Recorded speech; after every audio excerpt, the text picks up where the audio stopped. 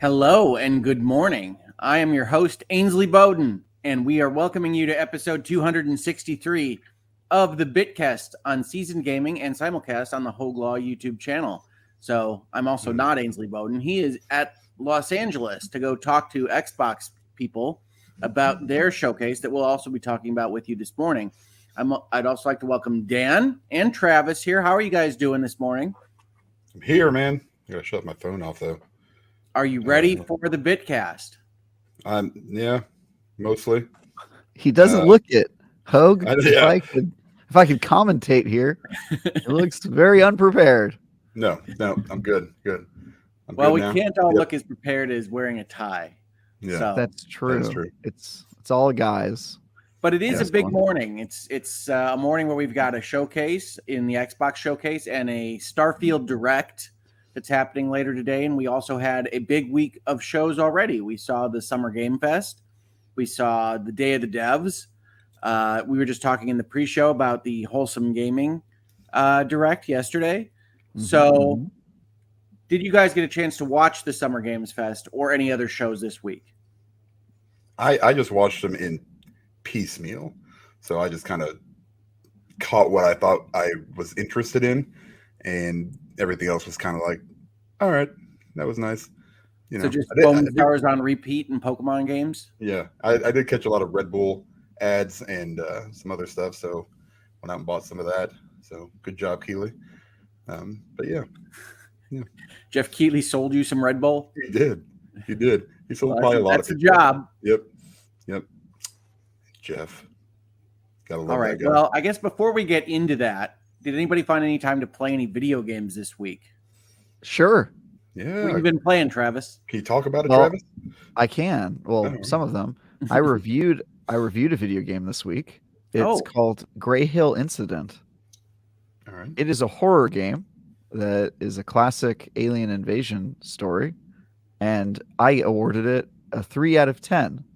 Wow. Oh, Travis is back on his bit. Yeah. That's right. It is a very bad game. I wasn't expecting it. It is, just so you know, the reason we reviewed this game, for those who ask how these, quote, smaller games get reviewed. This game had 500,000 views on YouTube when IGN posted its trailer, and it had a whole bunch of people in the comments and elsewhere on the internet saying, I'm very excited for this game. The trailer, as it turns out, was pretty misleading. It had about 30 seconds of gameplay, all 1 second long clips cut between each other to make it look super cinematic and cool.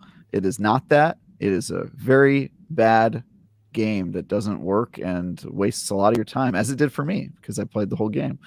What kind of game is it? Is it an adventure game? It is a horror game. Okay, horror is the genre and tone, but like, what are you doing to interact with the game? It's one of those horror games where you just crouch around and hope that the thing doesn't see you. Okay, so it's like an Outlast. Yeah, kind of like if you ever played this like Slenderman games, or is it like Choo Choo Charles? No? It's worse than Choo Choo Charles. Wow. Yeah, Choo Choo Charles got a 4. This is a 3. It is substantially worse. It is a lower number. Yeah. It's pretty bad. But I played that game. I've also been playing a ton of Diablo as well. I wrote some guides for Diablo this week, as did Ains. His aren't as good, but we both wrote guides this week for Diablo 4. So if you are playing a sorcerer and want to know the best build, IGN's got you. We've also got a guide for druids and I think some other classes. So just lots of people have got lots of questions about Diablo 4 because that's the biggest game in the world right now. And I've been working on a lot of content for that. So also played some Destiny. Not as happy about that time of my life, but that's still happening. Unfortunately, Diablo 4 is pretty good. It's pretty. I'm willing to go out on that limb. Yeah, it's pretty good. What are you playing, Hoeg? So I have 3 alts because I basically get it into the mid-20s and then decide I want to see something else. But I'm currently working on a druid, which unfortunately is proving to be less than survivable right now in the build that I have. So I have to try to figure out how to get through some strongholds. I really hate, and I love Diablo 4, but I really hate games that have this kind of level lock above you concept. And the strongholds in Diablo 4, I think, are always 2 levels higher than you by the looks of things. Yeah. You can drop down to World Tier 1 and it'll even it out for you. That's what I ended up doing. Yeah. Yes, and that is an option. Yeah. But I just don't love that design. I agree. I prefer to be able to go and say, let me get a little bit more even or even better, and then feel stronger. You guys are playing the game in an interesting way. That's all I'll say. It's a lot easier to roll alts once you have beaten the campaign, just because you can skip the campaign and then run around and do things. And also, I think the reason certain activities are levels above you is because your equipment adds a significant load in terms of like how many levels you are. Like, you know, I'm in a World Tier 3 now. I think a lot of activities are like 5 levels above me or something like that. But I feel like I'm like 10 levels above them just because my equipment and loadout and stuff. There's this weird like teenage period in Diablo in between levels 20 and 40. It's like that weird period where your character feels awful. And it's like just this interminable, and you only have to deal with it one time if you beat the campaign, because then after that you can just boost past that awkward little teenage gap on all your alts. But there's like this weird like it's actually exactly how I was describing it. I was saying we're an awkward, we have like a half build, like I know what I want to do with this thing, but it's not ready for prime time. But like I think the game doesn't feel good at that point. The druid has to clear a stronghold in order to get his magic powers, and so I've been trying to do that, but I'm slamming against it, and I'm going to probably do something else instead. Yeah. Or you could play with friends. I could play with friends, but that would imply that I have friends to play with, Travis. Hey, buddy. See, every time I play a game with you, though, Travis, you just go rolling through all the content because you're that much, better or have put more time into whatever game we're playing. I'll play on my alt. I got a level 15 rogue. That'll probably not be good. What's funny is my brother's running a rogue, and I got the chance to watch it for the first time yesterday, and that the rogue can get crazy. I mean, he's a level 50, and he's bouncing around the screen like a pinball. The rogue is very good. It's probably going to be my main when all's said and done. I kind of haven't been able to choose which class I play as right now because I've just been doing it for whoever needs a guide for what. But ultimately, I think the rogue's going to be my main because the rogue she's super fun, and I keep getting killed by her in PvP. It's very irritating. Well, I'm a druid. I was in love from the first utterance of the word werebear, but then I go to look at my builds and like 3 articles in a row are like, be anything but the bear. I was like, no, I want to be a werebear. We're going to figure this thing out. But well, luckily the druid has probably the most build diversity of all the classes, so I'm sure there's a werebear build that's good. But you're right. Most of the articles I've seen have been like, don't stay away from it. And I was like, no, I'm not listening to you, PC gamer.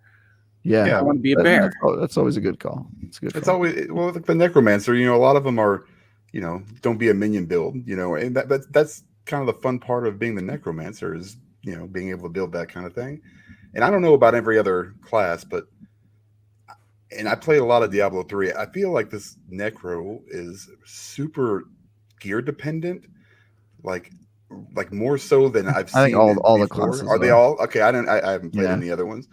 Gosh, they're all kind of gear dependent for your build, but I think the necromancer, I would put it in second place as how good it feels to get through the campaign with it, because it feels good almost immediately, like level 5 or 6 or something like that, and it never really stops. But it does have it still has that weird teenage period where you're like in between good and bad, and it comes at the worst part of the campaign where there's not a lot going on in the campaign, and you're kind of just like getting through those middle acts that kind of suck, and then as soon as you beat the campaign, the game just completely changes. It feels multitudes better on all your characters, and then you can go back and play your alts, and they feel good the whole way through because you level up super fast and you start getting good gear immediately, and it's just a different game. That's why I was saying last week you should burn through the campaign, because I think normally I'm not a min-maxer who's like, oh yeah, I burned through the campaign, I love taking my time, but this game, like, if you don't, it feels noticeably worse playing the game mid campaign. So it really, I do recommend just getting through it. Well, I love the build crafting. I mean, I think all the classes have a lot of fun choices to make, and I really like the keyword system because you can just kind of zoom in on what you want to try to achieve with your build when there's a lot of choices. So I'm a fortify werebear, and Nice. and it feels good often, but the strongholds have proven to be very difficult. Yeah. I have trouble with bosses. So that's bosses are the hardest part about being a necromancer. Yeah, it's you gotta really, especially when you're trying to do like corpse explosion and bone spear, and it uses bone spear is such a big mana drain, and trying to create enough corpses just to keep your minions there, and then on top of that, trying to raise the essence. So it's kind of like a balance of. Do I create another minion, or do I? Luckily, I have enough. I've got my gear to the point where it's. I think I have like 13 different minions that I can raise right now. So, and they're pretty buffed. But I hit level 50 yesterday. I got my horse, so I'm just gonna. Dan joins the Paragon board. Yeah. I got a couple points. And you still haven't beaten the campaign, huh? That's what I'm doing now. I said the hell with all the side quests. I'm just gonna bust through this campaign. And then, because I don't know why I thought, like, for a second I was like, man, I don't want to waste experience. I feel like I'm wasting it, going to do all these side missions.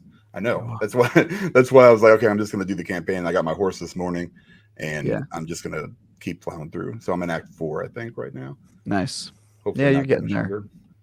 6 acts. I think one of those acts is very, very short. I think the 4th act. So, yeah. Good. Well, I love the game. I just have been having trouble. Yeah. If you need help, I'm online, Hoeg. I'm going to be writing guides all day today after the Xbox show. So, happy to help. Yeah, absolutely. No, I appreciate it, Travis, and I appreciate everybody's offers. I can see them in chat. I am not used to playing Diablo with other people. I just have to be honest about that. I've been playing since the beginning. And Diablo 1, I don't know, had any options for that. Diablo 2, I rarely did that because the internet just wasn't what the internet was back then. And Diablo 3, I never liked as much as the other 2 Diablos. This one is great, but I just haven't jumped in with other people. Yeah, it definitely feels like a game immediately that was meant to be played with people. A lot of the balance decisions make sense, but I've also probably mostly since the review period ended played solo, which is weird because I played during the review period like almost exclusively with the groups. So,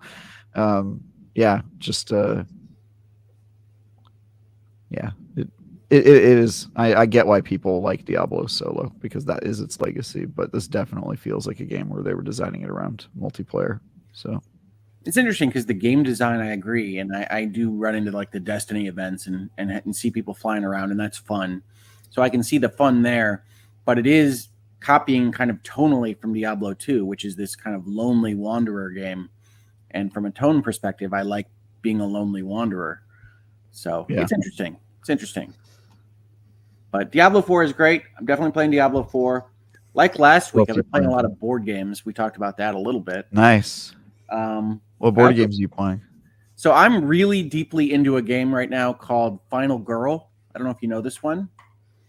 It's a game where you are like a horror movie Final Girl, and you fight against different killers at different locations, very Dead by Daylight that way. But you manage a hand of cards to do actions like I'm going to try to walk, and you roll dice and you see if you have successes or not. And you have to manage the bad rolls that are going to come and what the killer is doing and gaining power by killing victims around you. And it's just tremendously thematic. Final Girl is awesome. Could not recommend more. It's probably going to be one of my favorite board games of all time. Man, that's cool. I have not heard of it. Neither have I. The whole series of these games. Jeez, look at this. Yeah. So the way like some indie games now in the board game space, you buy it in pieces. So you buy a feature film of Final Girl, and it'll have, let's say, their Freddy stand-in, who's called Dr. Fright, and Maple Lane, which is definitely not Elm Street. And that'll be a location and a killer. And then you could buy another feature film, and then you could mix and match those Final Girls and those villains and those killers while you play. That's cool. Yeah, it's a really cool system, and they have, I think, 2 seasons out right now, so it's 10 feature films. Woo! There's a lot of board game. There's a lot of board game, but each game is like an hour long, so it's not one of those where you have to like hunker down for a 4-hour match. Yeah, do you play with like your family or?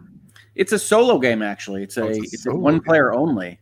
So it's essentially like playing a video game because everything is programming language. The killer has like the card will say target's closest victim, one move, knife icon for kills. It's really, really, really well done. That's interesting. Single player. That's probably why I haven't heard of it, because I don't know. It's just whenever I play a board game, I don't think I own really any single player ones. It's usually a group activity.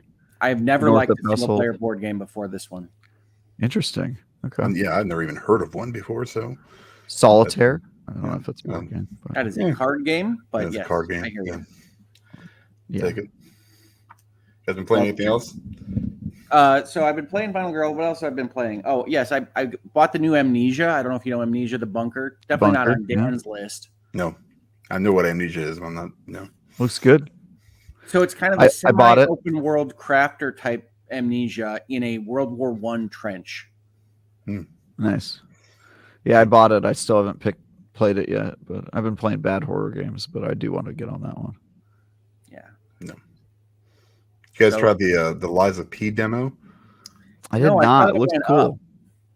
I did it. I did it yesterday, and it's definitely Souls, and with Pinocchio. Not your type of game. Yeah, no. I actually went pretty far. I'm surprised you tried it. Good on you. Well, I didn't know what it was. I'm gonna be honest with you. I didn't really know how. I just didn't really pay attention. And I was like, hey, Pinocchio, kind of, I might be able to, handle this. And it wasn't like scary or anything. It's just, immediately out of the gate, you have your Estus flask, you have your bonfires, you have your, just like, all right, yeah. I mean, they're so boring at this point.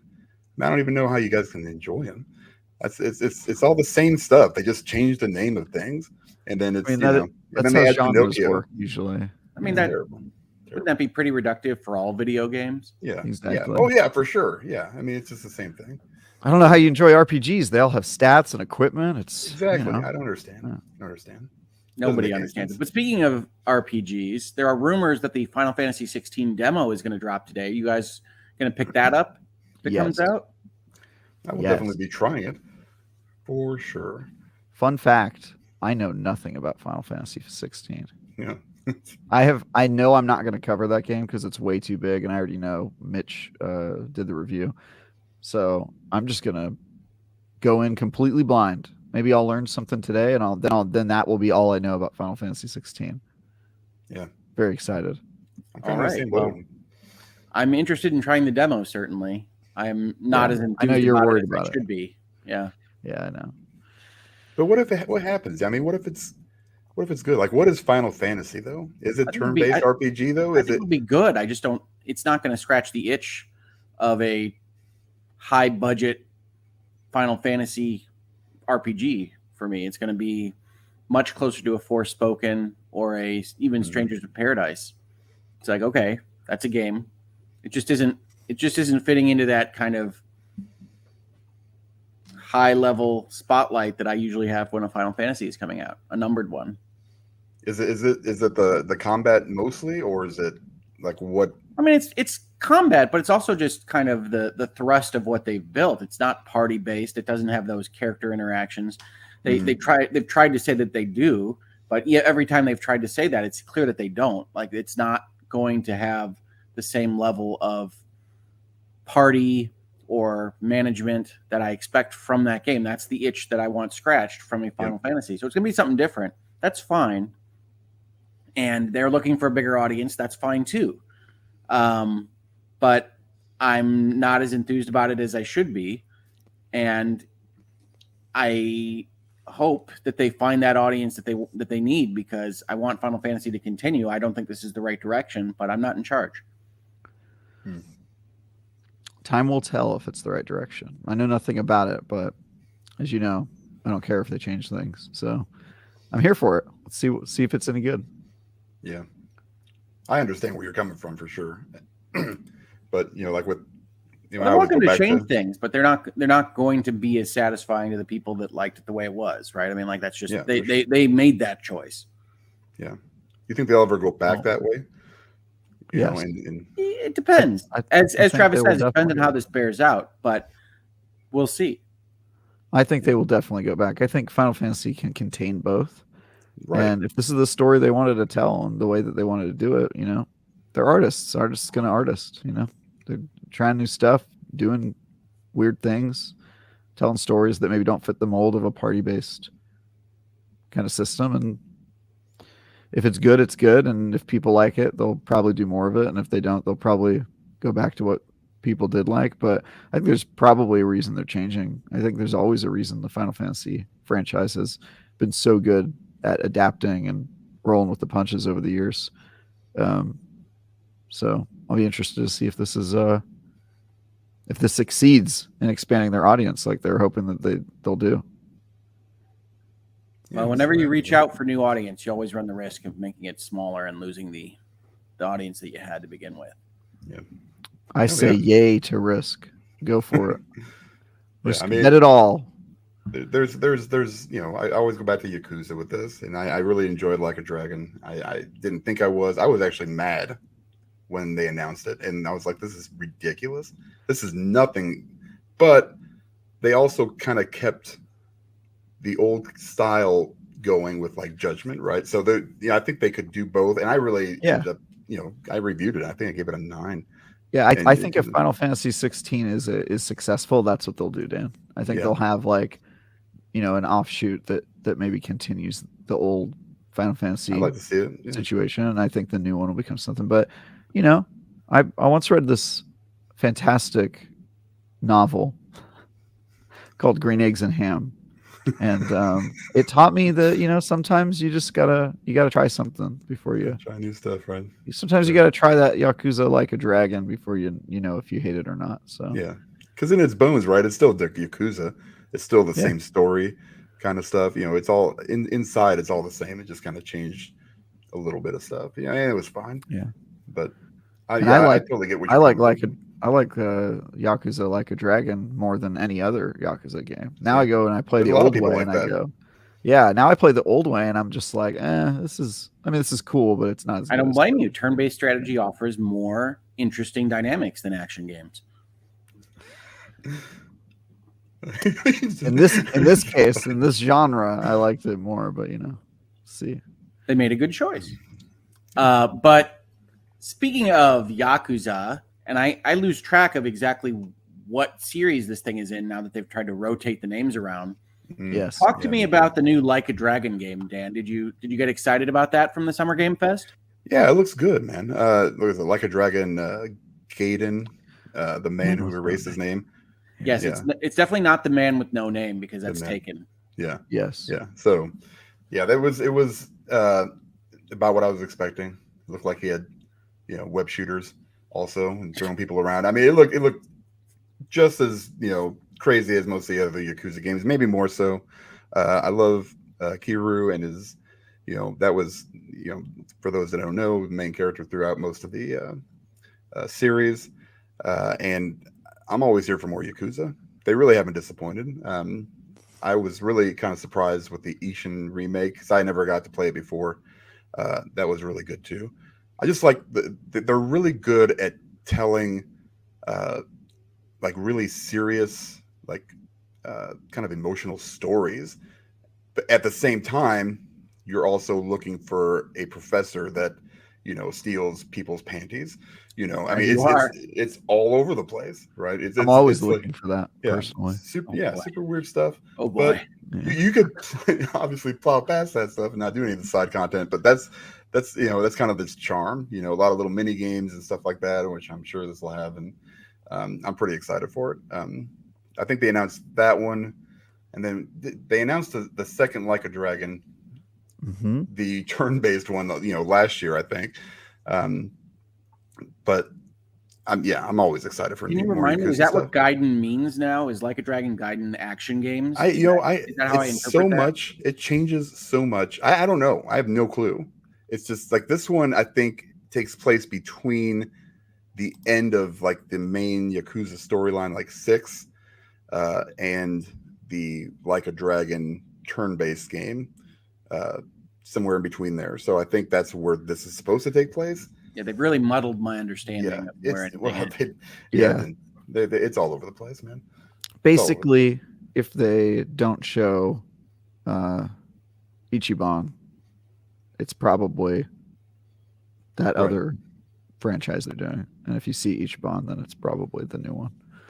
Yeah. So, yeah, I've kept up less with the Kiryu and Ishin and stuff like that. Like I bought all those games, but they're sort of on the backlog just because if it's not Ichiban Kasuga, I care less. I want to continue that story personally.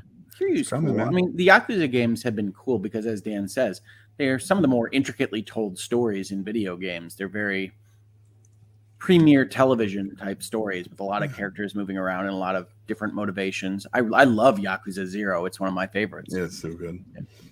Yeah, and they always have good characters, good character development. You know, and it a lot of games you play and you're like, yeah, I can see where this is going. You kind of spot that twist, you know, from a mile away. But with Yakuza, sometimes you're just like, oh, hey, that was It's too well weird done. to predict. Yeah, It's like yeah, you have no Ace idea. Attorney. Yep. Ace Attorney sometimes is like too weird to predict the ending. You're just like, well, how would I have ever known that? That's crazy. Your soul was transferred into the other person. You Yeah, know what it is. obviously, bro. Come on, you didn't know that? Of course. But yeah, I'm interested to see where they go with that stuff. Did you guys see anything at Summer Game Fest that was caught your eye? I talked about it last week, but Alan Wake 2 continues to look even better than I had hoped. So the early previews on that, Ryan McCaffrey played it for our outlet, and he said it was extremely impressive. So I'm really looking forward to Alan Wake 2. Yeah, me too. Because I like Alan Wake 1 almost purely for the story, even though the game as a game is sort of not good. And it sounds like this is going to be very good as a game. And then combine that, if they manage to keep the storytelling to the same level it was with the first game, I think it's going to be crazy good. I'm very excited. Yeah. I mean, Alan Wake is, again, another aspect of one of my favorite stories in games. Yep. It was a better Stephen King. Whoa. Bold. It was. It's a little overwritten. Like Stephen King also. Well, they like to overwrite it, Remedy. They like they their poetry and their lyricism, and there's no doubt that it is very deliberately overwritten. It's designed to be in that kind of Stephen King space, but I love the stuff they do with light and dark. I love the stuff with the flipper switch. I love that was such a good twist. Are they keeping it episodic? Is it because the first one was formatted like a TV show? Are they doing that again? I haven't read that. Yeah, I haven't read that either. I kind of hope that it is like that. I kind of thought that was a cool gimmick. Well, I love the music extras especially. Yeah, I liked the summaries, even though you probably are just going straight from chapter to chapter, because it just gave you the option to peel off and then come back and like force yourself to only do one episode a day. I recently replayed that game with my fiance, and we did one episode a night, so that way it could feel like a full, TV show with the. You feel the cliffhanger a little bit more. Exactly, it's a lot better. That's why I hate binge culture actually, because I miss the week to week kind of discussion and cliffhanger. You miss talking about Lost at the office. Yeah, I miss that. I miss the kind of weekly. It controls a little bit of the discourse and the suspense and. Yeah, I kind of. That's why I'm excited for Telltale to come back, actually, because they're one of the games that actually force you to play it episodically, and it causes some discussion, which is cool. That's actually a good question. I haven't checked in on the Expanse. Is it releasing in their old format, or is it releasing all together? It's releasing one episode at a time, and they are pre-creating the episodes, so they're going to be a lot more consistent than last time. It's going to be 2 weeks apart, like every 2 weeks. That's the right way to do it. Yeah, I agree. Yeah, because the whole like develop as we go, I think, was out of necessity, and now they have less of a necessity. So I think they're just developing the whole game and then releasing it in a cadence of 2 weeks, which is cool. Telltale, before they became Telltale, had that kind of policy. They were making the Sam & Max games that way. They did the Monkey Island, and it was supposed to be that way. It didn't work out. True. Then Walking Dead rolled around, and they kind of became what they were. Yeah. As they built up to their end. Yeah. That was because they were doing a lot of development work, though. I think it was, they're going through a little bit of a revolution. And now, I don't know, it'll be interesting to see if the quality stays the same. And because they had a lot more time to work on their game. But I played the first episode of The Expanse, which I think I can now talk about. Yeah, you told us that. Live. Yeah. So, and I mentioned it really briefly a couple weeks back, but I've been playing a game called Star Trek Resurgence. That is a game from a company called Dramatic Labs, which I understand to be some Telltale offshoots, and it's very much a Telltale game, but it's quite good. Nice. You should try it out. That is a good one. What platform is it on? I'm playing it on my PlayStation, but I think it's all platforms. Nice.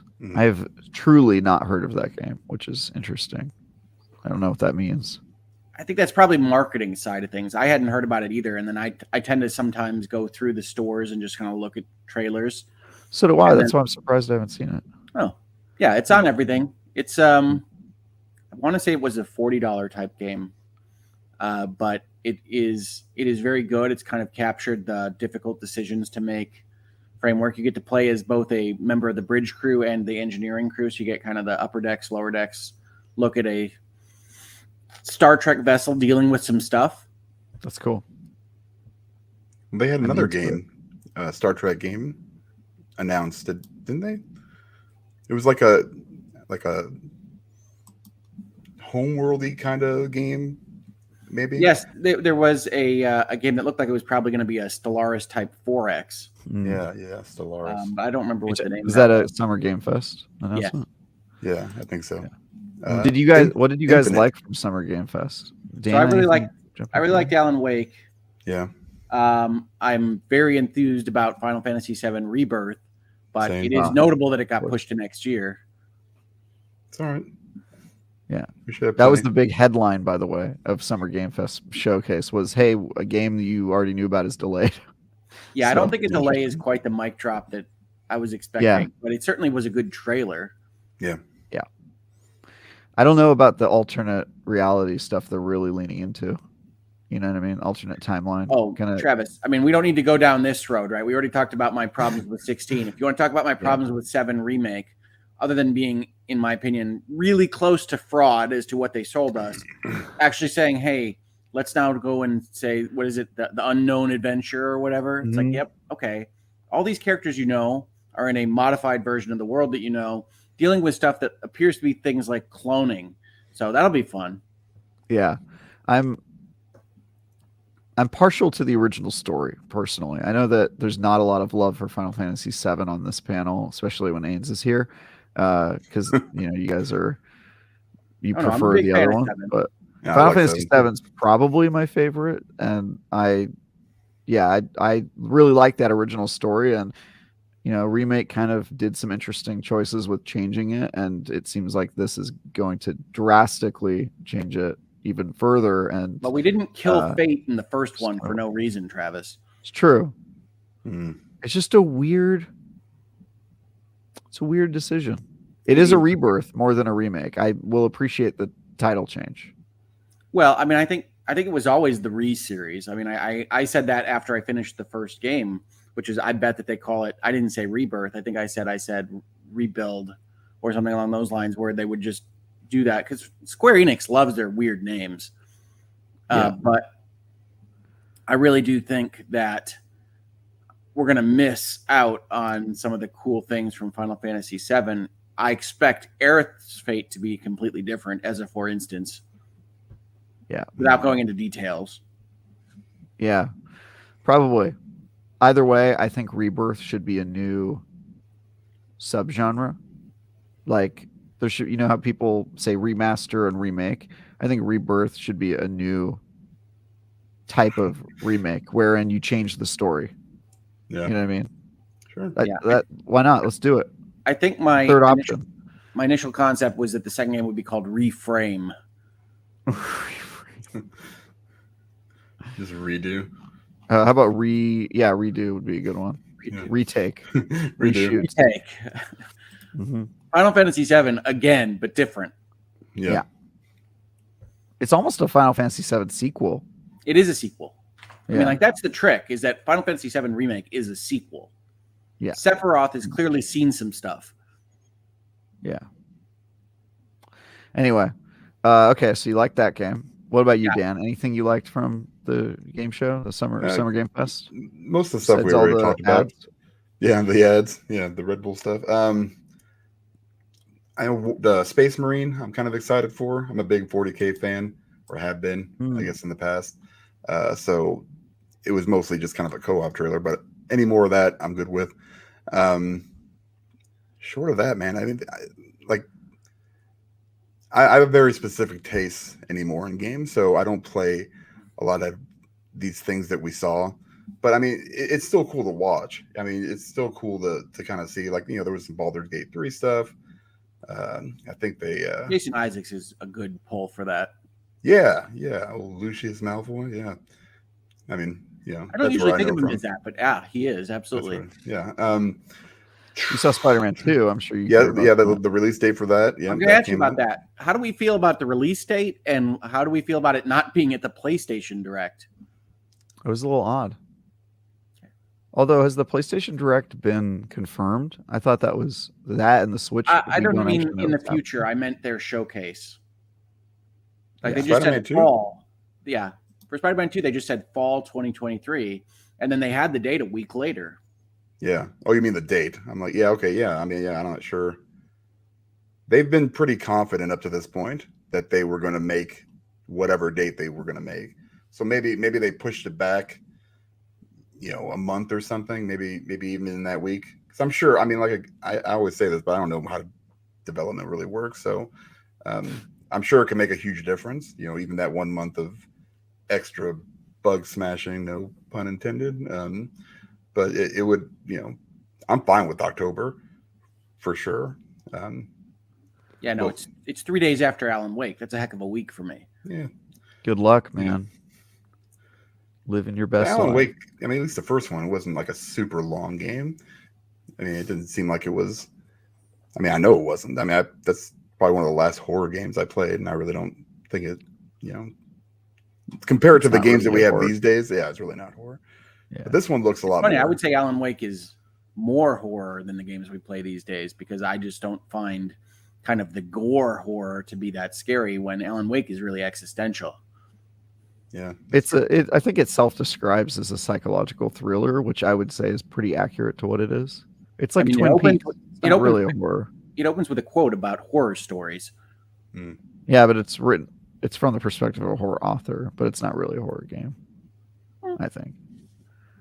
It's like it deals with the subject of horror, and I think people interpret that as a horror game, but it's not even self-described as that. The sequel is definitely a horror game, from what I can tell. They're also calling it a survival horror. So, Alan Wake 1 is definitely very interested in existential questions, which is my favorite kind of horror. Did you guys know that the main character in Alan Wake 1 isn't even real? It's crazy. Well, I mean, that's up to interpretation, but yes. That was my interpretation, is that you play a fake version of Alan the whole time. Well, no, I mean, there's the Tom Zane stuff is circular, right? So did he write Tom Zane? Did Tom Zane write Alan Wake? There's a wonderful Easter egg in the college town in Quantum Break where they have like an entire blackboard going over the various plot points of Alan Wake, and it's fantastic. And it's like, yep, you could definitely read it both ways. Yeah. I definitely read it as Alan was in the lake the whole time. But we'll see. Hopefully we'll get some answers to those very tantalizing questions. Other stuff I saw that I thought was cool. I'm excited to see Prince of Persia get a new, completely different take on it. I thought that looked cool from Ubisoft. Was it Ubisoft? Yeah, Ubisoft. Mortal Kombat 1 looked pretty sweet. I mean, I know we're fans of those stories, Hoeg, so I'm hopeful that'll be good. I mean, it looks like Mortal Kombat. Yeah, a new 2D Sonic. I thought was a nice, pleasant surprise. Interested to see how people who are more recent Sonic fans feel about a 2D Sonic that looks and seems like it's a little old school. But that was cool. There was a Pokemon game where all the Pokemon had guns. Yes, Pal World. That kind of looked interesting to me. Those designs were flying a little close to the sun for this lawyer here, but yes. Well, I mean, if we could have Temtem exist, I think we're pretty. But Temtem is a wildly different kind of design ethos for how they actually look. Pal World seems to be really close. But they have guns. Yes, I understand they have guns. That doesn't make it better when we're talking about. But did you know they have guns? I did. Okay. What was that? The not Lapras had like missiles on its back. Yeah, there was also the new Don't Nod game. Yeah, that looked really good. Yeah, Banishers, I think it was called. I can't remember the subtitle, but Ghosts of the New World or something like that, or Ghosts of New Eden. That was it. Yeah. Okay, yeah, that one looked pretty interesting to me, and I think they're good to dev. There's some Marvel Snap news. We got a trailer for the Twisted Metal movie that looked kind of bad to me, but that's me. Path of Exile 2. I've been playing a little too much Diablo to get super excited about that, but that looked pretty interesting to me. And Twisted Metal, I believe, is a TV show. Yeah, not a series. Oh, that's right. Yeah, it is a TV show. I forgot about that. Yeah. Did you play Yes, Your Grace, Hoeg? I know Dan didn't. Of course not. I was looking at that. I said, I don't think I have played that one. I played a game called, I want to say Kingdom Come. No, not Kingdom Come. Just Kingdoms. Just Kingdoms. Kingdoms. Yeah. Okay. Yeah. Yes, Your Grace is cool. So I'm glad that got, I think it's a sequel or an expansion. I wasn't really clear on what that actually was. And then Remnant 2, for those who know, I did IGN first for Remnant 2. I went to their studio and I played a whole lot of it and became friends with some of the developers through that. One of the lead developers on the game is in my Diablo clan, for example. So, they're cool guys. They had a release date trailer that showed off some interesting new stuff, including a new world that we'll be visiting that was unnamed, but it's, that game is like you travel to different realms as you play through it. And they showed off a new realm that they haven't shown off before. And then the release date, July 25th, which is a lot sooner than I would have expected that game based on what we've seen so far, but super excited about that. I'm going to try to review that for IGN. Like, I'm going to ask my editors if I can take that one just because I feel pretty qualified and also excited. I'm hoping that game will be really good. I like that company a lot.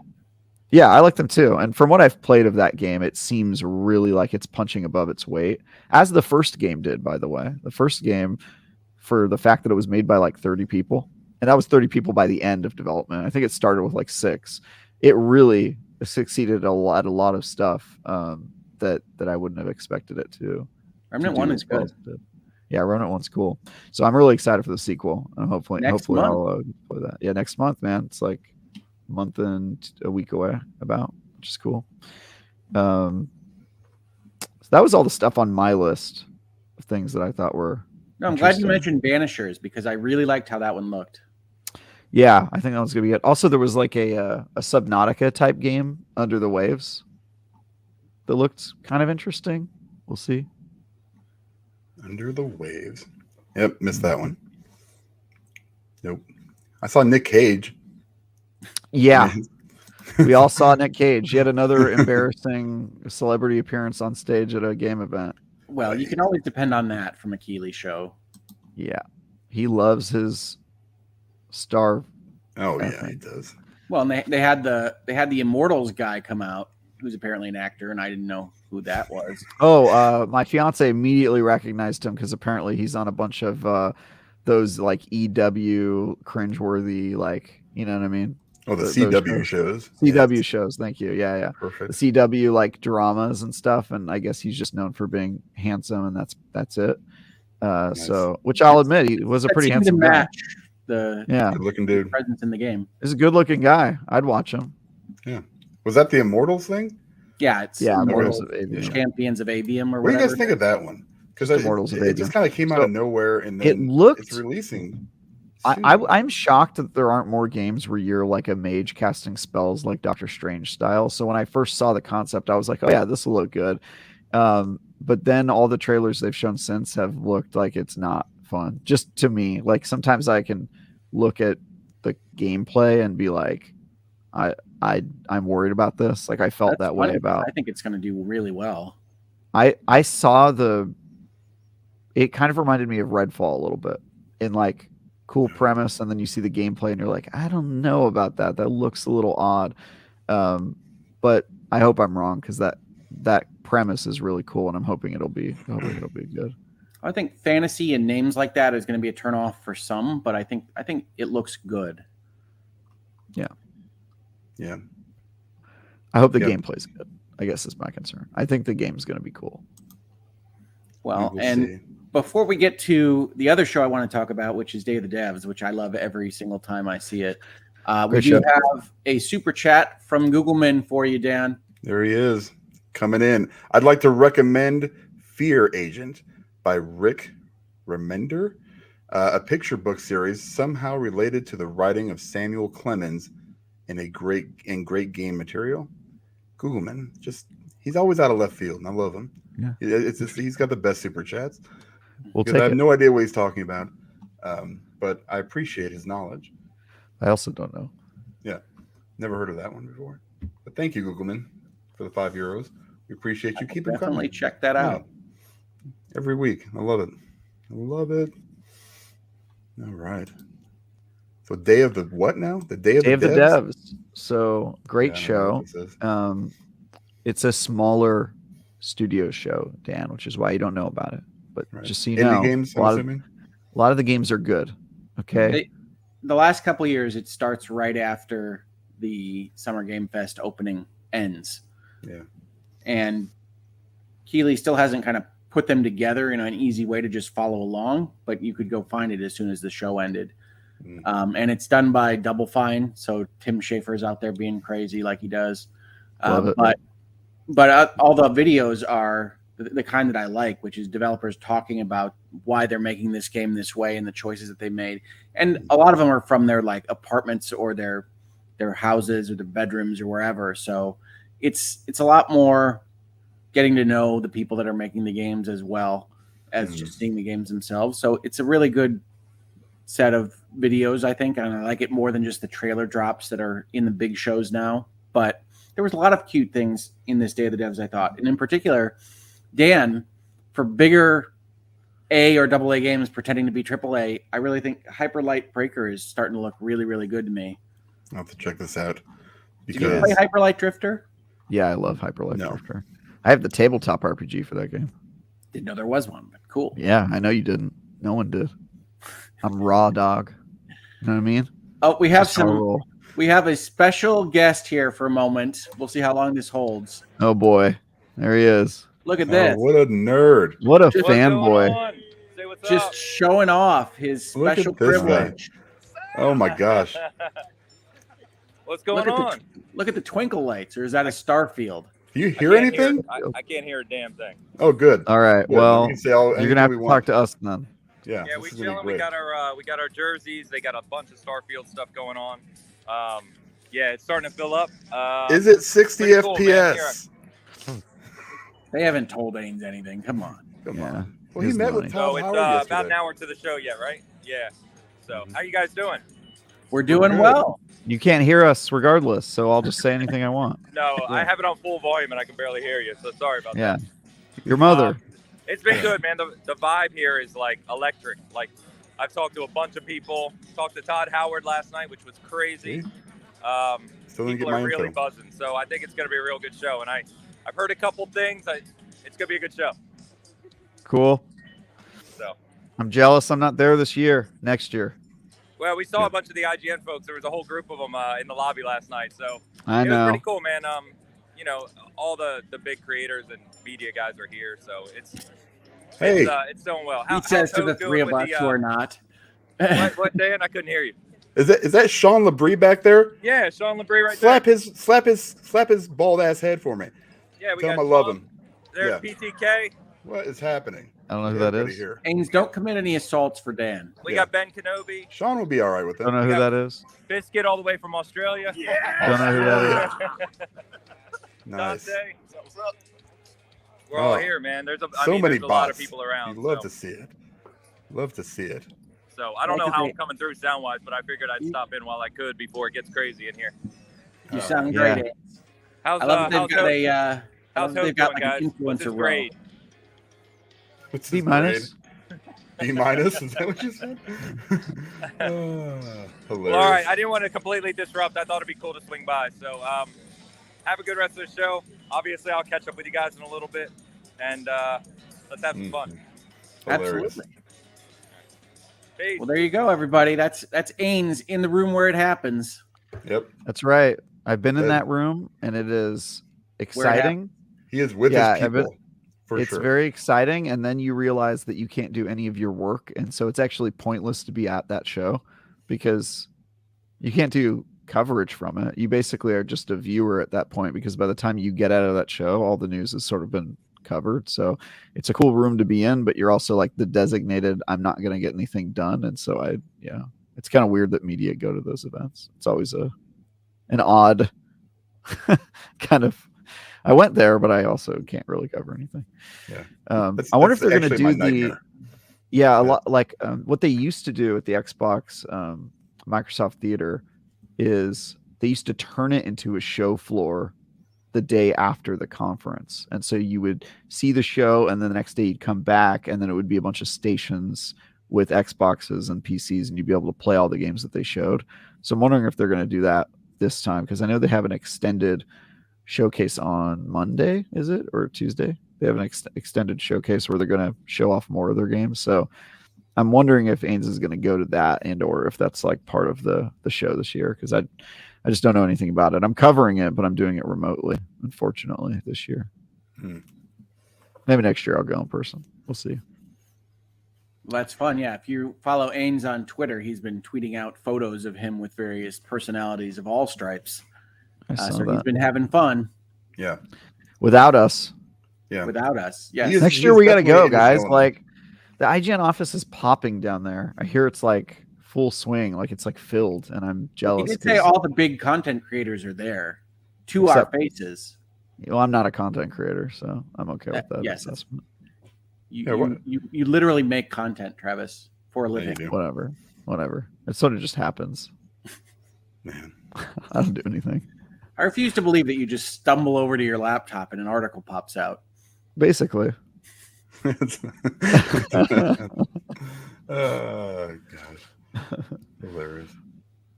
You know what? If we all get together, we should just hit up Chicago or something. No, nothing games related. Just go eat some food and just relax, hang out for a day. Just find a city. Yeah, just find a random city. Come to Kansas City. We're right in between you guys. So I mean, that sounds. Why would we go? Right, who cares? I live in like major cities. Draftcade. We can go and play old arcade games and eat some food, and you guys can eat Cracker Barrel. Dan just wants us to come visit. Yeah, he wants us to come over. Yeah, I'm a lonely guy. I think it's a pretty long flight for me, Dan. That's all I have to say. And I have to find a plane that goes to Kansas City. I don't even think you guys have planes yet. I don't know how I'm going to do that. Got a new airport, I'll have you know. Oh, okay. And it's nice. Pretty nice. To be honest with you. I do love it when Travis goes full coastal. Mm-hmm. This is true. Yeah. I can't help it. Our old airport just had like a Burger King and a Starbucks, and now it's got a ton of stuff. It's like we're moving on up in the world. Nice. So, Kansas City, come and see us. We got good food. I hope that's your city's catchphrase. That's Kansas City, come and see us. No, please, someone please come. We're dying. Oh my goodness. Well, so yes, the Day of the Devs is a lot of fun. I really like Hyper Light Breaker. That's looking like a really good game in my opinion. And I also really enjoyed seeing a trailer for a game called Viewfinder. Did you check this out, Dan? I did not. So he didn't see the show at all. I'm looking at some quick recaps right now. Viewfinder is a game in which you have like a Polaroid camera and you can take a picture of things, and then those things manifest in your real 3D world so that you can take a picture of a bridge and use it to bridge a gap and things like that. It would look really, really impressive. I see it here. Yeah, it does look cool. Well, I'm kind of interested in this one down here. Let's see. This is a one wouldn't expect to see an adrenaline-fueled third-person action game get crossed with a dating sim, but Studio Psy has taken up the challenge. Yes, that's exciting. Looks pretty cool. Eternites, yeah, that one looked cool. I continue to be interested in Cocoon. That one looks pretty interesting to me. That one looked mind-melting. Yeah, it looked like it will make my brain suffer, which I'm into. Eternites was also a good one. My fiance got pretty excited about that one. Anything with dating sim mechanics is going to be a yes please in the Northup household. It was a smart trailer. That one had the one with the like girl essentially walking you through narratively the end of the world and the dating sim. And I thought that was well done. I don't know whether that's my type of game, Travis. I'm not going to lie, but it was a good trailer. Yeah, I think it'll be good. And then I think the ones I was surprised by but interested in was Beastie Ball, which just got announced. Its Kickstarter looked pretty interesting. It's a Pokemon-like game where they're playing volleyball against each other. And then I also liked this was shown at the Wholesome Direct as well. Henry Halfhead, which looks very stupid to me, and I'm interested in playing that one as well. So it reminded me of Octodad. It did remind me of Octodad. I actually said that during the trailer, the point where he had to do very like simple tasks, ways. Like make your bed, and then you're like, all right, well, that's going to be hard because I'm just half of a head on the ground. Mm-hmm. It's also a very, very bizarre idea for a game. Who knows what development bug was the inspiration for this game? Because there's no way this was their first draft. I refuse to believe it. Unless they dropped acid, I don't know how you conceive this, but it was pretty cool. It's funny. I viewed it as this was inspired by Mario Odyssey, and they decided that Cappy would just be a head. Interesting. I kind of got like the Goose Game, Untitled Goose Game vibes from it. It kind of reminded me of those types of like sandbox, like silly games. But yeah, that one made me laugh more times than I care to admit. So I'm excited to play it. Yeah, no, I thought that looked cool. I liked a lot of them. I really liked hearing the devs talk. So one of the reasons I really liked the Beastie Ball trailer is they had all those different devs talking about things from what appeared to be like, I don't know, a bedroom. Yeah. And that was that, I really like those kinds of looks at development of video games because I love entrepreneurial spirit. And I love seeing people in a bedroom figuring out what Beastie Ball is. And a lot of them, I noticed, especially at the Wholesome Direct, were had a Kickstarter ad like right after the trailer. And so I think that's, a lot of these guys are really still in the figuring it out stage, which is probably the most exciting part of the game development cycle. So yeah, it's fun.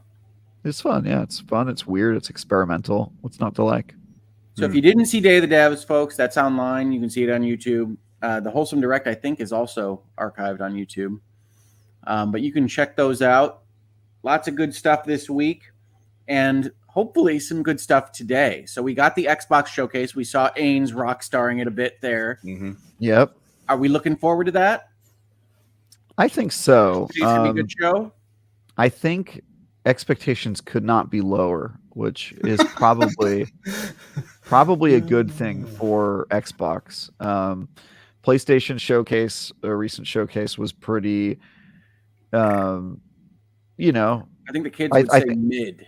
Mid is a good way to describe it, I think. And I think that gives Xbox an opportunity. And also, I would say Summer Game Fest probably achieved the same level of like mid. I think a lot of people thought, there's a couple good announcements, but they ended on a delayed game that we already knew about. That was their headliner. And I think they opened with, Mortal Kombat 1, which another game we already knew about. So, it was, I think there were both rooms for improvement. Xbox could knock it out of the park. Historically, they have not done that.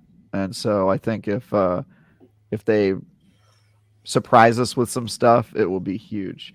Definitely expecting Fable. I think at this point, they've just teased it all to heck. I think that's going to be there. The Starfield, there's a lot weighing on that for their success as a company, I think. So we'll see what that is. Hoeg, I know you're not super enthused about that, but I am. Not and I think anytime I've seen it, but I like Bethesda RPGs.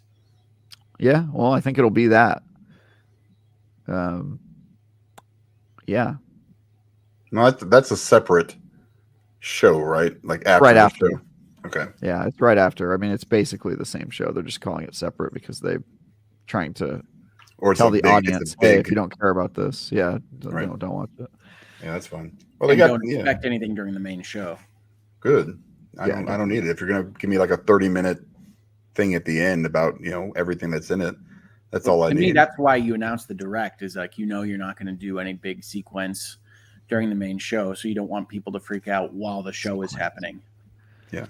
Here's what I don't need to see. Anything I've seen so far. How about that? So we don't need You're going to to see a lot of things you've seen so far. I don't want to see. I mean, not like. I mean, I'm talking like this year, like Well, within the last few do weeks. we think there are any surprises at this show? For sure. Yeah. I think they got to have at least, 2 or One. 3 things that we didn't know about. Yeah. And do we think that they're going to keep or drop their whole these things will come out in the next 12 months approach that they did last year? I hope that they keep it. I know it has bit them in the past, but I think it's only bit them because that strategy is only impressive if you do it for a long period of time. It's one of those things that kind of hurts you the first years you do it because A, people are used to seeing logo trailers, and B, there's stuff we already know about because you weren't following that rule previously, right? If you announced a game 3 or 4 years ago, then you just showing stuff in the next year isn't that exciting. But if they stick to that rule, 3 or 4 years on, which I think we're at that point now, then we'll see stuff that's coming out this year that we had no idea was coming, which I think would be huge. You see gameplay and you're like, what? I didn't even know this game was a thing. They've sort of broken that rule already a little bit. They showed us basically nothing from Avowed, but we know that that's a game. They showed us a logo from Fable, so we know that's a game. But I think, at least in Fable's case, there were just so many leaks. They kind of had to say something because that Fable was announced like 2 years before they announced it. So yeah, I hope that they stick to that strategy. Jury's still out. I think they might fold because of all in the chat said they've dropped it. Yeah. Well, I mean, they could drop the guarantee kind of language, but they could still have it as their kind of philosophical approach. Mm-hmm. True. Yeah, but that doesn't really work unless they pull it off. I mean, you can keep doing this year and year and year and year over, but eventually it's going to get kind of old. But I mean, I think what Travis is saying is what I like, which is let's try to stick to trying to keep to things that are closer in term. Yes, you'll have this period where you've announced things 5 years in advance where you're not really exciting anybody, but eventually you'd get into a place where the shows are more new than they used to be. Exactly. And I think that was now. I think that was their goal with all of this, and I just hope that they I think whoever said that they aren't sticking to it, I just haven't seen. Usually they were pre-messaging all of that stuff like, hey guys, we're going to focus on this year, and they haven't, which tells me they gave up on it. But to your point, Hoeg, if they stick to it mostly, 90%, they're kind of just showing the stuff. I think that that's the way to go. And I've always thought that was the right strategy because I frankly hate the way some of the other showcases do it where, we see a logo 1 year for PlayStation, then the next year we see CGI trailer, then the next year we see gameplay, then the next year we see gameplay with a release date. And so Starfield. It's like 4 years on. Starfield has had a bit of that for sure. Although I feel like Starfield just got a logo and then very, very little, which is kind of Bethesda's move, right? They announce a game and then they usually don't show it until 6 months before it goes out. But I think this one got so many delays that they folded. Starfield had like a name and like a space station in the corner. Like that was it. Mm-hmm. Yep. Yeah. But yeah, I agree with you. I would much prefer all these announcements to be more in my action item time frame, where if you show me something that says 2025, I'm going to remember it maybe, but it's going in my back file folder and I'm not going to think about it at all. Yeah. It's not going to do anything for me in the show. So don't tell me about Fable. I don't want to know until you've got something to show me that looks like Fable. Well, I think they're going to have that. I think they're going to have gameplay. Yeah, but I meant 3 years ago. Don't tell me you're working. Oh, yeah. Yeah, I would have not I think Fable's kind of a special case because that game got leaked so aggressively they kind of had to say something. Like I just remember there was a lot of pressure on just say Fable. Just like say the words Fable because we know it's coming. You know what I mean? And so I think they just were like, all right, yeah, you got us. And I think that's what happened to Starfield. So I mean, part of this story is leaking and information that gets out there because I think by the time that they even put out that teaser trailer for Starfield, there were already Kotaku articles and things on the internet about Starfield and what they're working on at Bethesda Game Studios. So I think sometimes these studios or these companies are trapped, but I would much prefer to see things in that, we didn't know Evil Within 2 existed until it was practically in our Xboxes. Yeah. Yeah, that would be my preference as well. I prefer Bethesda's traditional thing where you kind of know it's coming and then they announce it and they show you a ton of stuff and then they go, this will be out in 5 months, and then that's the entire. I think that's how it should be done. But people love their hype. They love knowing early. They love the logos. They love the CGI trailers for Good and Evil, Beyond Good and Evil 2 and Metroid 4 and all those games that are vaporware. So God, Metroid probably 4. in the minority. Yeah. Oh man. I'm hoping they, I'm expecting a surprise or two. I would love to see stuff, to you guys' point, that's coming out within the next 12 months, but I don't know where we're at that point. It's so hard because it's always been, oh, here we got this coming, we got this coming, we got this coming. It's still coming. We're still working on it. Still got this coming. We still got this coming, and I'm tired of waiting. I want like some stuff. Start giving me some results. I think that is where I'm at with Xbox right now.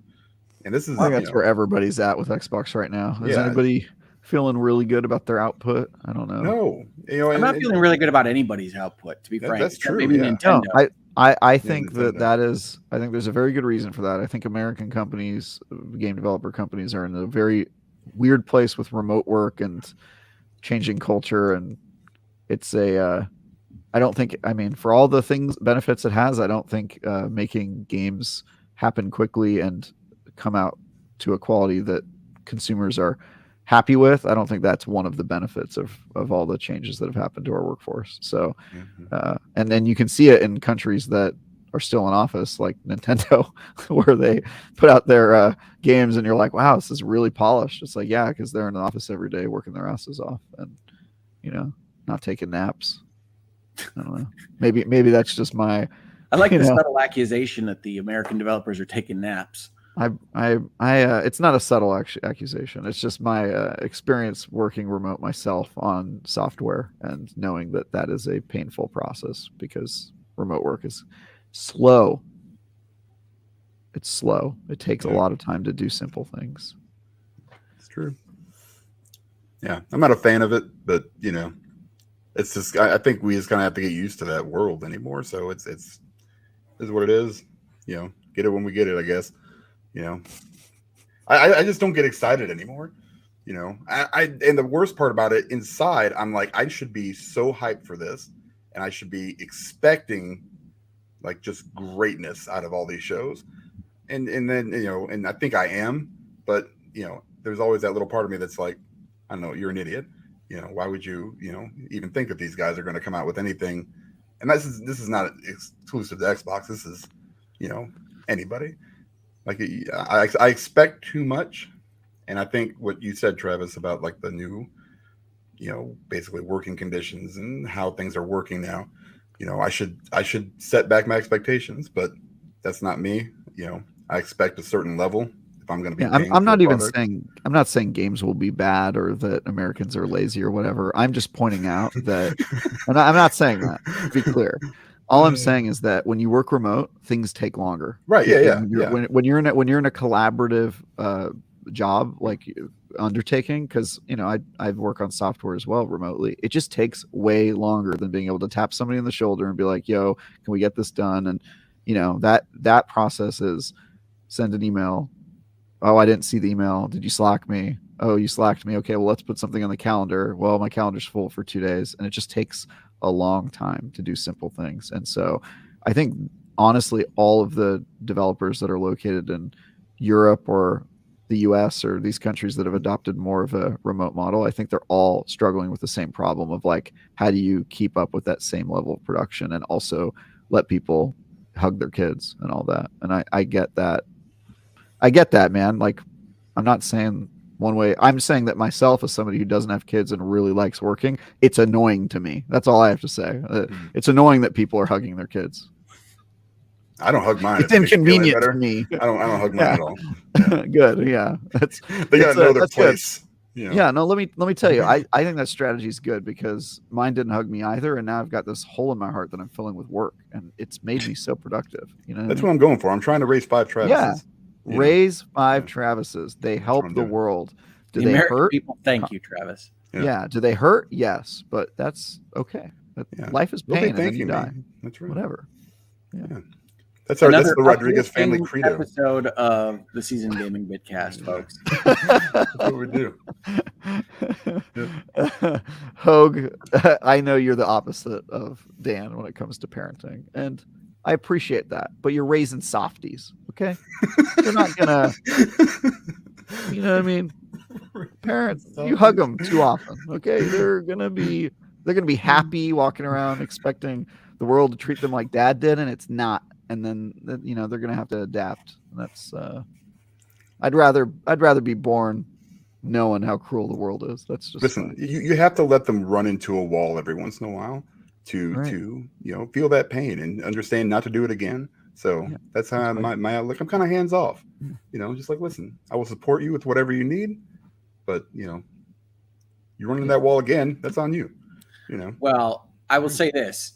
Either way, whatever parenting style the CEOs of video game companies decide to adopt, they're going to have to figure out the new world order here in terms of how people are going to live and remote work.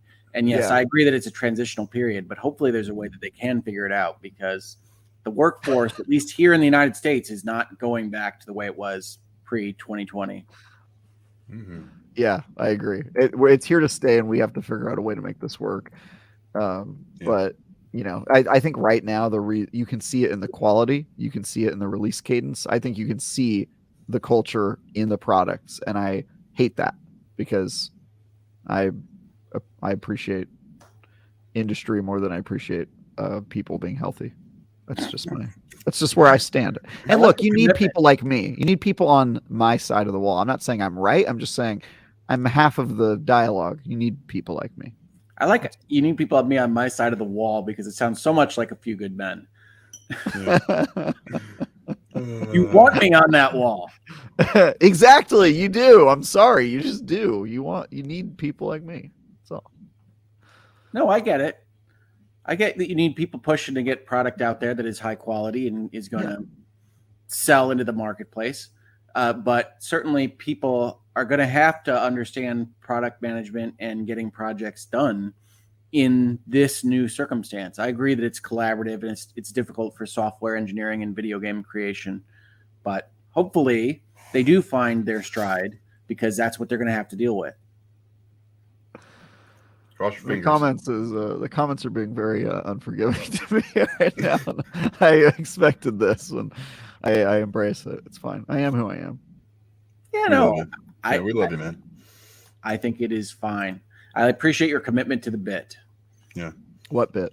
Yeah, I'm pretty sure this is not that. Yeah, it's not really a bit. No, it's a little exaggerated, but it's pretty much how I am. Cool. So what are we hoping for? We got 15 minutes left. What do you guys? Predictions or hopes or dreams? Now that we've set the bar as low as possible as a group, we've decided that life is bad and games are bad. Let's decide. Well, one thing I would add to this discussion is that while we talk about shows and being disappointed by shows, we are currently living in a time period where we're playing Tears of the Kingdom, Diablo 4, and Street Fighter 6. This is true. And I can't think of a stronger period of releases in the recent video gaming past. So things are very good for actually playing video games, which sometimes we can forget while we talk about. That is true. That is true. And I think maybe I've forgotten that because I spent the last week playing Grey Hill Incident, a 3 out of 10 game. But you're right. Diablo 4 is amazing. Street Fighter is amazing. And Diablo 4 was, they had a very long development cycle, but they went out the gate in a remote environment. Rod and all those people are working remotely, and the game turned out well. I think it took longer, but yeah, the quality of some of the games is starting to get better, and I think we are getting better at remote work. I think it's people are clamping down a little bit and saying, all right, it was fun hugging you. Now let's get back to business. We've all had our laughs. Let's make some stuff. Let's make some stuff. Let's get back to actually having a purpose here on Earth. See, I always wonder, is this a product of just really good game development, or is it a product of really bad game development in the past year or so, where we haven't gotten those, something like this, where 3 games come out within a few weeks span? I think it's both. I think the gap is obvious if you see when remote work started and then the game releases immediately after and all the delays. It's very obvious when it happened, and I think there's still a group that hasn't hit yet, that were in development really early when it happened. And so, because a lot of the games that are coming out now, they've been in development for a while, and they had like a little development gap, but there's also going to be a gap of like early ideation, didn't really get it off the floor, and then there was a 2-year delay. So I actually think we're probably in for a worse gap kind of down the line, like maybe a year from now. But super excited about maybe that. maybe I'm wrong. Maybe people are ramping up again, and we'll see. But yeah, it's been tough, but as Hoeg said, there's a lot of really good games right now. There is. Well, what's the one game you want to see today? If you could have it from Xbox, we're obviously going to see Starfield. We're obviously going to see some Forza Motorsport. Like one that maybe isn't as on the radar. Like for me, it's State of Decay 3. That's for me. It's a game. Yeah, for me, it's a game I don't know about. I want to see a new IP, something that completely blows me away. Yeah, cool. I would love to be surprised. Yeah, me too.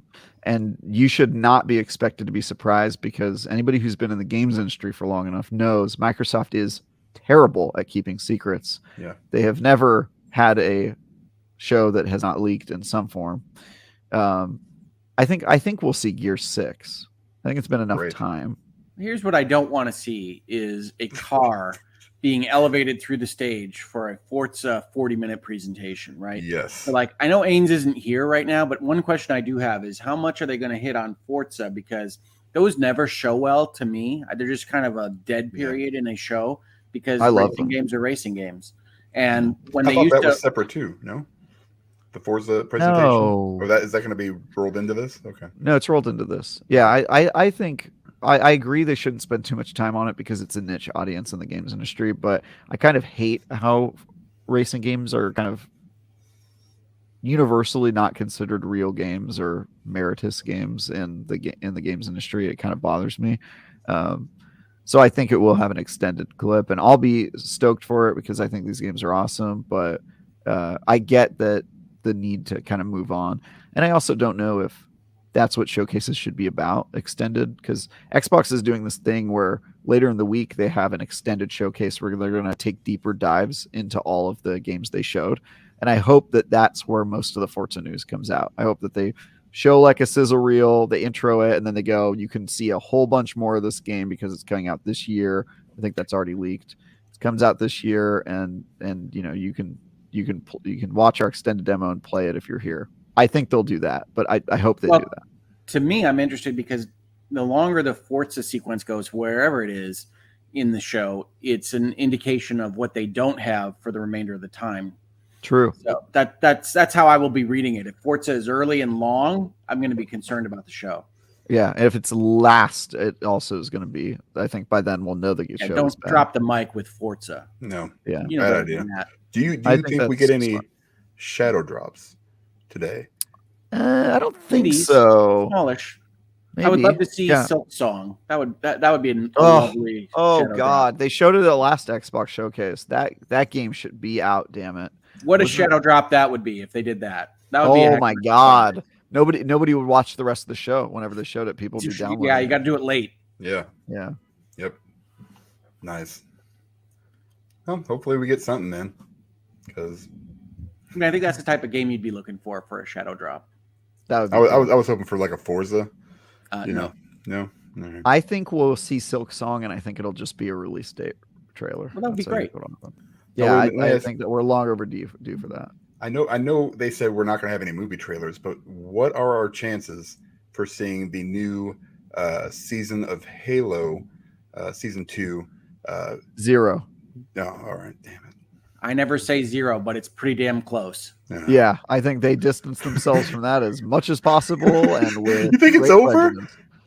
No, I don't think it's over. I just think the Xbox wants nothing to do with that. They have a quality problem. Why would they attach themselves to that sinking turd? I just don't see that ever happening. Well, and you gotta love they can't even lean on nobody wants video game content, right? With the Mario movie out there and all this stuff doing well now, and their Halo show was terrible.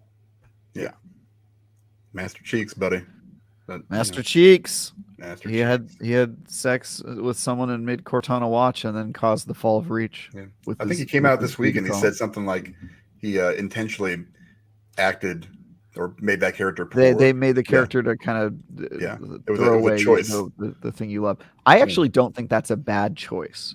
I'm a big fan of just being like, you know what, this is a different thing. Screw you, get over it. Here's something new. I'm a big fan of that because I kind of hate fan service. But the thing that they chose to make was terrible and insane. And that's my problem, is that like if you're going to be that bold and throw out Master Chief that we know and love and make something new, go for it, man. I'd love to see that. But if this is the choice you made, this is what you give us, this is the story you decided to tell in the Halo universe, why? You're allowed to not like fan service, Travis, but you shouldn't desecrate what the fans actually like. That's not the goal. You can go do something completely different. You want to be completely off the wall? Thing, no, it's not. You could go and do something completely separate and not involve Master Chief at all.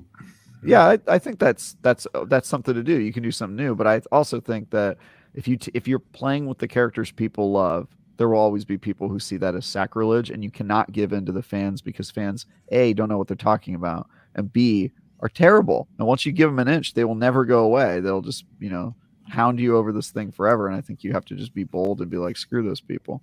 This is the story we're telling. Well, we have this fight pretty regularly, but there's a difference between wanting to do whatever you want artistically and then using another intellectual property to get the footing that you need to have anybody pay attention to your ass story, which I think is the Halos of the world.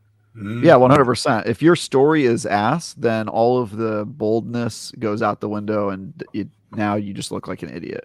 That's my point, is that if you do something as bold as that, you better be damn confident in your story. Like, think about God of War 2018, right? Like, they threw out an entire universe worth of stuff to make Kratos exist in this new place. I think that's pretty bold, and I think if that game was bad, you'd have a whole bunch of fans going, oh my God, it's because you didn't respect the franchise and blah, blah, blah. But the problem is you never hear from those people when it works. You never hear from those people going, oh, wow, sacrilege, when it's a good thing. And that's sort of my problem with the whole, it's a fallaciously structured argument.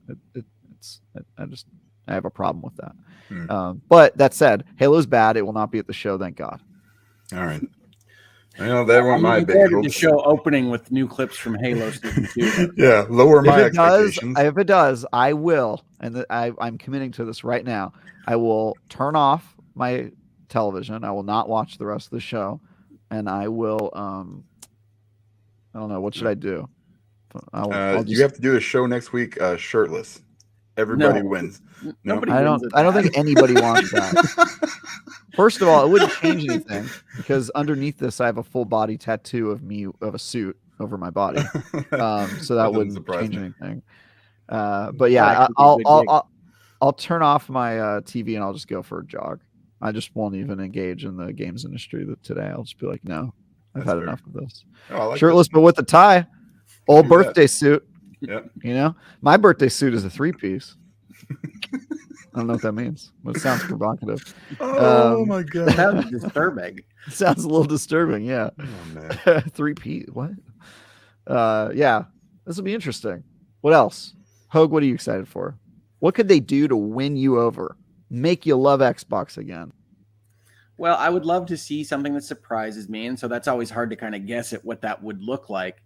But there are companies that they have that I'm interested in seeing what they're up to. The Double Fines of the world. Psychonauts 2 is a little bit old now, so maybe they can show something, but it's probably not ready for prime time in the next year, so probably not. But what I don't want to see is the old Gears, Halo, Forza, buy an Xbox show. I want to see some stuff that gets a little bit beyond, into different genres, into different things. In retrospect, I miss the show where they have Killer Instinct show up unexpectedly and that kind of thing. So I would love to see more of that. That'd be cool.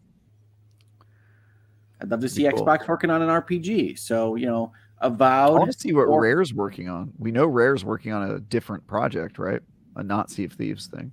Well, are they continuing on with Everwild, or did they drop it? That's a little bit unclear. That will definitely be here, I think, but it's a little bit development hell, but they're working on something else. Seems like everything Rare has ever made has gotten into development hell under the Xbox brand. Well, no, that's not true. Well, Sea of Thieves certainly I can't lurched think of with another the one. light. Yeah. Viva Pinata was pretty smooth. Yeah, I guess my question is, game. Viva Pinata is old enough. Is that one that was really developed under Xbox, or how close was that? That was fully under Xbox. Okay. Yeah. Yeah, Viva Pinata was good. Yeah. Bring back Viva Pinata. You know what? I would love Viva Pinata. That would be, oh my God. I would lose my mind if they did a Viva Pinata. Viva Pinata 3 with some Banjo-Kazooie pinatas. Let's do it. Let's go. Ooh, yes. Viva Pinata sequel. Oh, that's now my new bar. I don't want to get too hyped for the show, but that would be my new bar.